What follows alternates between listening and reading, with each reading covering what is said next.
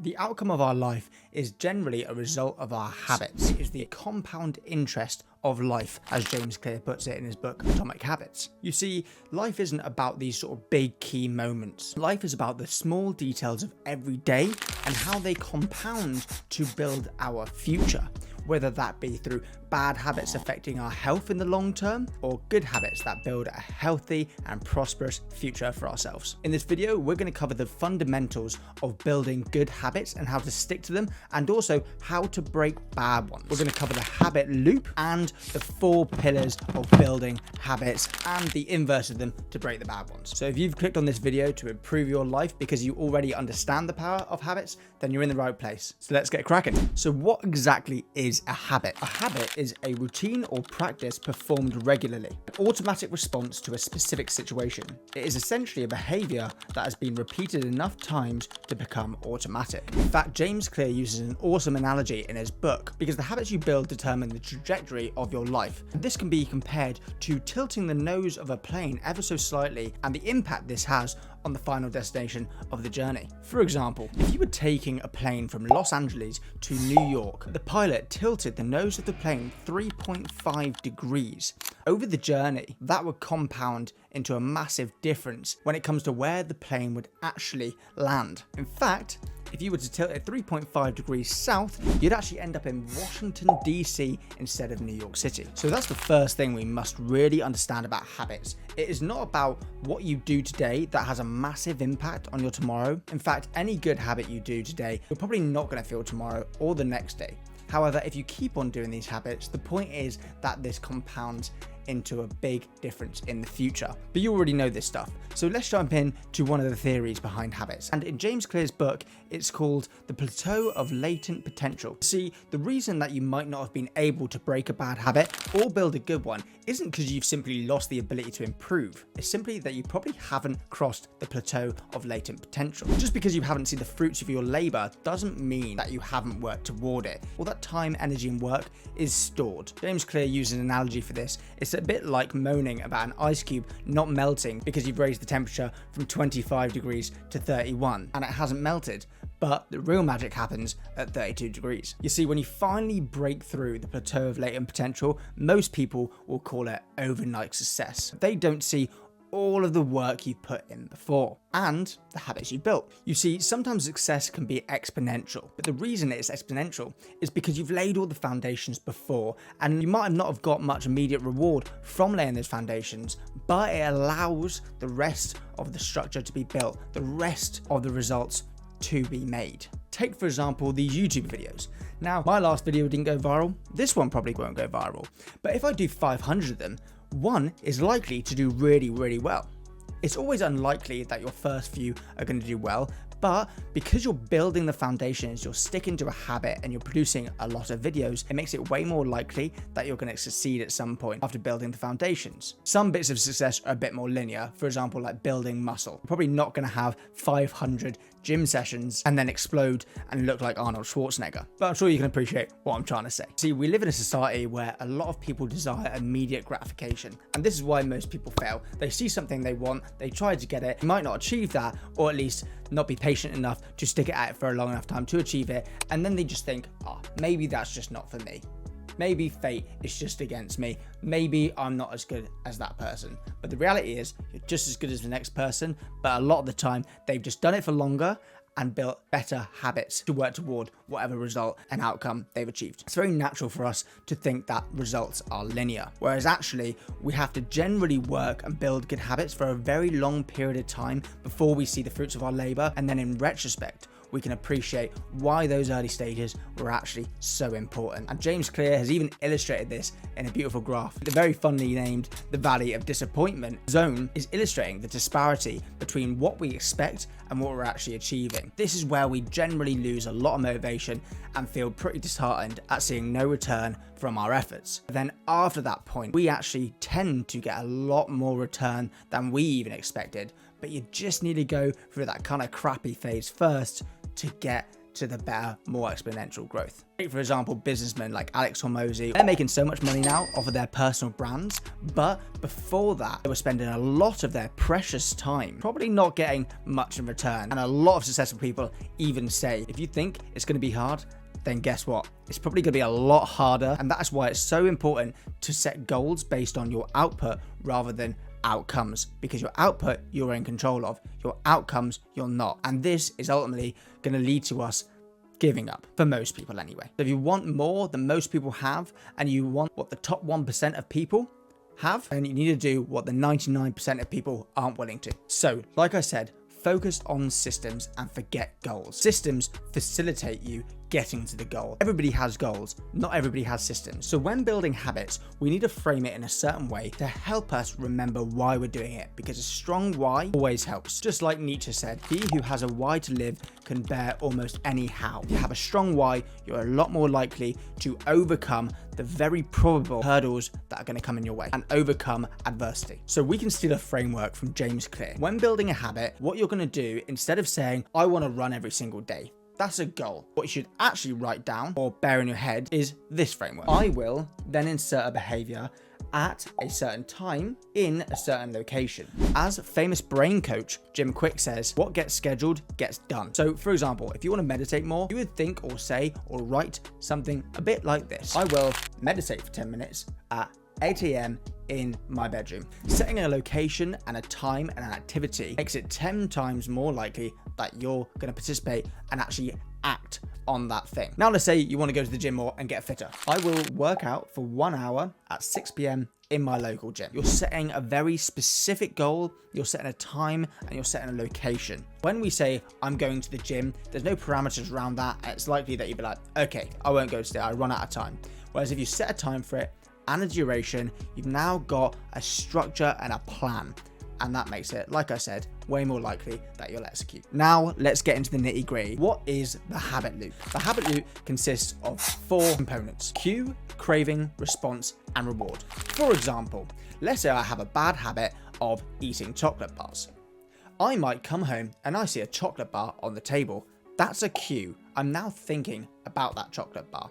And what I'm thinking about is eating it. And that is the craving. Because I have seen the cue, I'm now thinking of the craving. I'm thinking about eating that chocolate bar. My response to the craving is to participate in the activity that I'm craving as a result of the cue. And then finally, when I taste that lovely chocolate, that's my reward. And this loop essentially trains your brain to practice that activity or that thing again because it has enjoyed the result of it.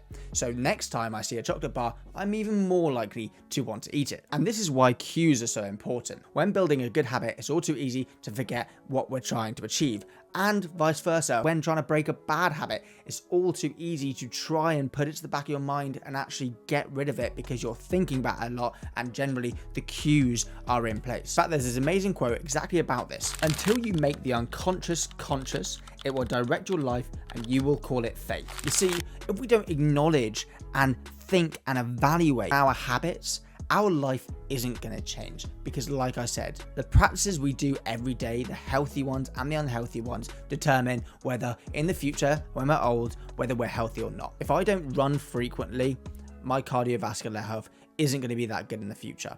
If I don't work out regularly, I'm not going to be as strong or fit in the future. If I'm a smoker and I don't stop smoking, then the difference tomorrow might not be that much, but my future isn't looking that healthy. So think less of the things you know you do and think more about the things that you're not noticing you do, because these are the automatic things. These are the current habits you're adopting. What is it you do frequently that you don't necessarily think about too often that is probably having a negative impact on your future?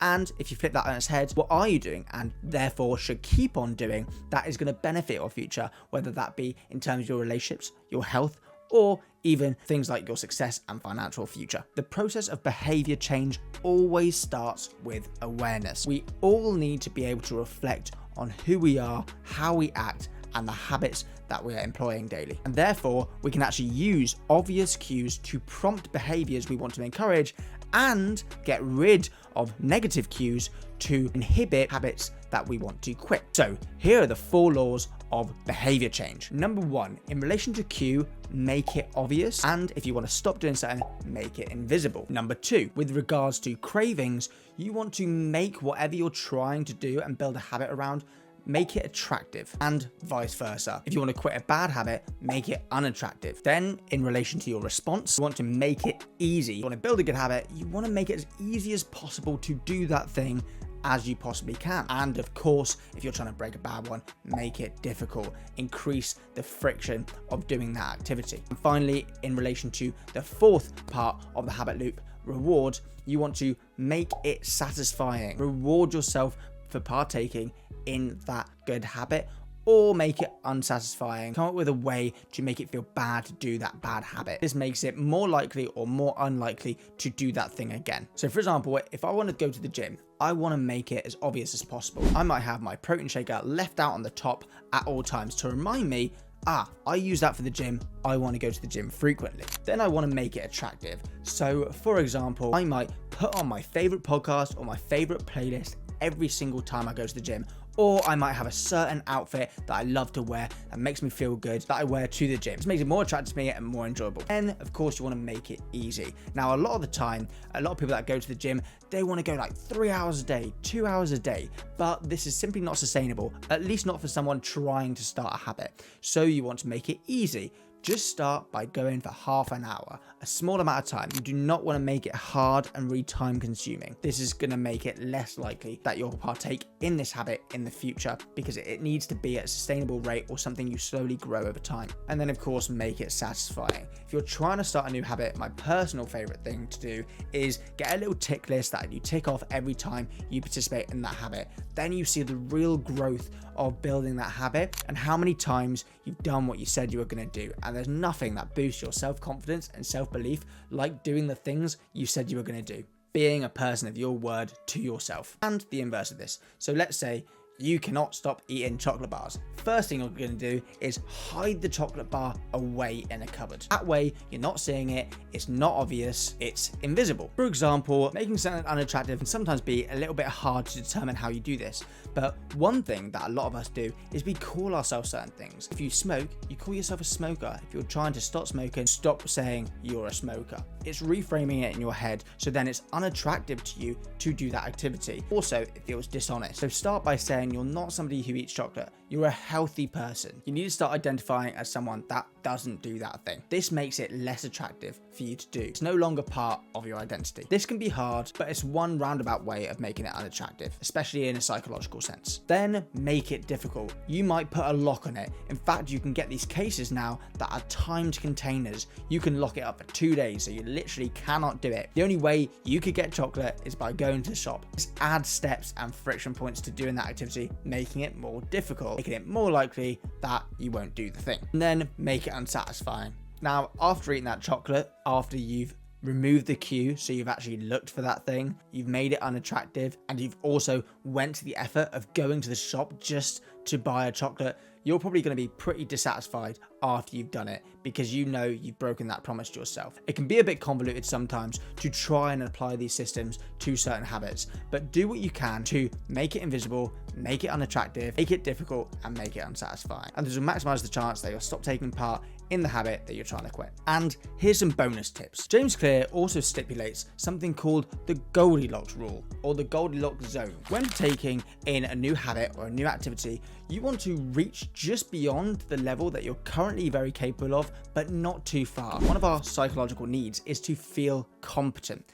Now, for example, if I'm a bad runner and I want to start running, it would probably be silly of me to try do a 10k or a 5k run because the result is I'm probably not going to do it that well. I'm going to take ages. I'm going to be exhausted, probably going to feel really bad after, and it's going to make it way less likely that I keep on doing that thing, not to mention the fact that I also am not feeling very competent at running. Start small and grow. Humans work best when we're doing activities just beyond our current capabilities. That's the Goldilocks zone. It's just outside of our current current capabilities to likely be able to learn and execute the task, but it's just about challenging enough to keep us interested, and then we get that reward of feeling competent, because not only have we done the task, we've done a task that we've not done before, or that we find challenging, and we've overcome that hurdle, making us feel even more confident and also improving ourselves in the meantime. That's rule 1 for choosing habits, and especially when it comes to framing it in what you're going to do, when you're going to do it, where you're going to do it.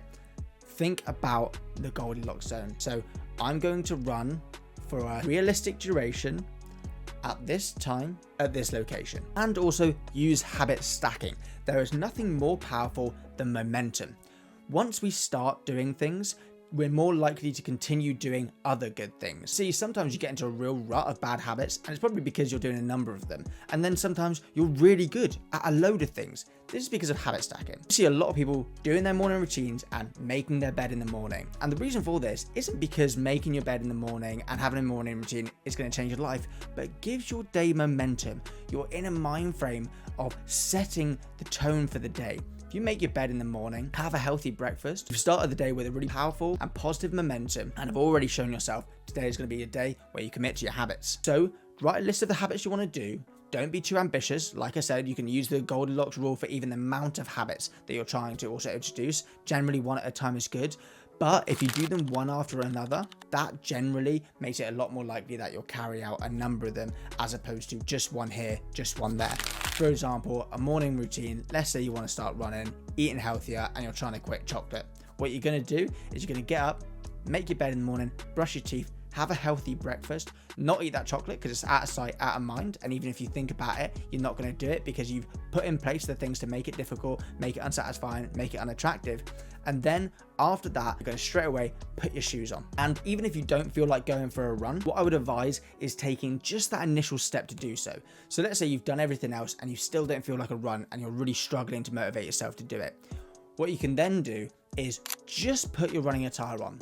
You don't have to go on a run, just put it on. Because you've now taken that first step to put it on, and you've eliminated just that friction point and focus on that very first step, you're actually a lot more likely to execute on the habit you want to do, as opposed to thinking about all the things you need to do before. Or like I said, just say, okay, I wanted to do a half an hour run today, but instead I'm going to do 10 minutes. That makes it a lot more likely that you'll start the action, and then you'll get into the momentum of that habit and probably end up committing to that 30-minute run. See, we're a lot more effective at executing on things when we're in motion, when we're in movement, when we've got momentum. Motivation is very unreliable for getting us to act on things, but discipline is necessary for us to build good habits, because you're not always going to feel like doing it. So using these systems and output goals is going to allow you to build the habits you want and break the habits you no longer want to participate in. I hope this has been useful. I hope you've taken some notes, and for everything well-being, habits, and productivity, be sure to subscribe to my page, and you can also find all my other socials using the link in my bio. Thanks for watching to the end.